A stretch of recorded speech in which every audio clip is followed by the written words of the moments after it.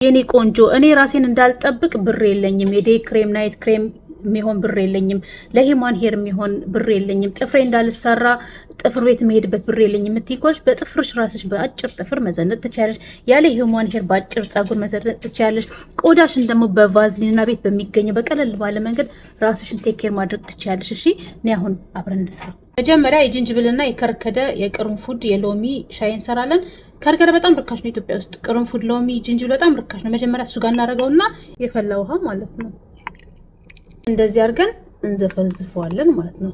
አንድ 10 ደቂቃ 20 ደቂቃ እናቆየዋለን። ለከንፈር ደግሞ እዚች ከርከደ ላይ ትንሽዬ ውሃ የፈላ ውሃ አረግና ለከለሩ ማለት ነው አድርጌ ዘፈዝፈዋለሁ። ከለሩ እስከሚያወጣ ቀይ እስከሚሆን ስኳሩና ቫዝሊን እንደዚህ እቀላቅለዋለሁ አብሬ።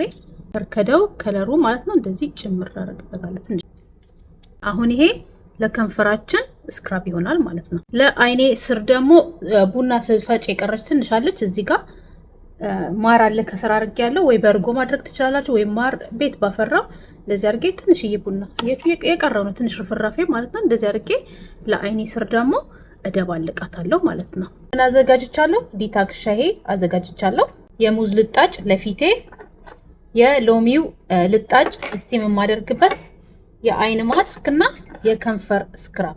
መጀመሪያ አይኔ እንደዚህ አርጌ ቀባዋለሁ አይኔ ስር ያለው ማለት ነው። እዚህ ጋር የሙዝ ልጣጩን ደግሞ ፊታችን የታጠበ ንጹህ መሆን አለበት። ቆሻሻ ፊት ላይ አይደረግም። ሜካፑን ማንሳት አለብን። ንጹህ ቆዳ ላይ ነው መሆን ያለበት። እንደዚህ አድርጌ አንገታችን ላይ መርሳት የለብንም። ግንባራችን በቫዝሊኑና በከርከዳው አድርጌ ደግሞ ከንፈሬን እሽት ታደርጋለሁ። ይሄ ለከንፈር ብቻ ነው። ፊታችሁ እንዳታሹበት በስኳር ፊታችሁ እንዳታሹት ጀስት ከንፈራችሁ። እሺ እንደዚህ ሳህን እናቀርብና የሎሚ ፍቅፋቄ እንደዚህ የፈላ ውሃ ፊታችን ቀስ አርገን እንደዚህ አርገን እንዳይነካን እንታጠነዋለን። አያችሁት? የሎሚው እንደዚህ አርገን እንታጠነዋለን። ፊታችን ጠቅላላ እንደዚህ ማለት ነው። ፎጣ ከላይ እንሸፍነዋለን። ቆዳችን እንትኑ እስከሚሰራ የዲታክስ ሻያችን እንጠጣለን ማለት ነው። ማር መጨመር ትችላላችሁ፣ ግን ብቻውን ብትጠጡት ምንም ችግር የለም።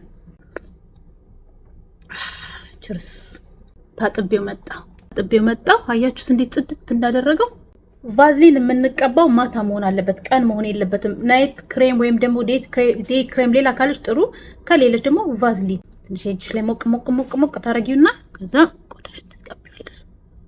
ከንፈርሽንም ቅበት ቀለል ባለ መንገድ እንደዚህ አድርገሽ ቆዳሽን ትንከባከቢያለሽ። ጸጉርሽ ደግሞ የግድ ሂማን ሄር አያስፈልግሽም። ብር ከሌለሽ የሂማን ሄር እንደኔ አጠር ያለ ጸጉር ካለሽ እንደዚህ አድርገሽ ጸጉርሽ ስርት አድርገሽ ማስያዝ ትችያለሽ።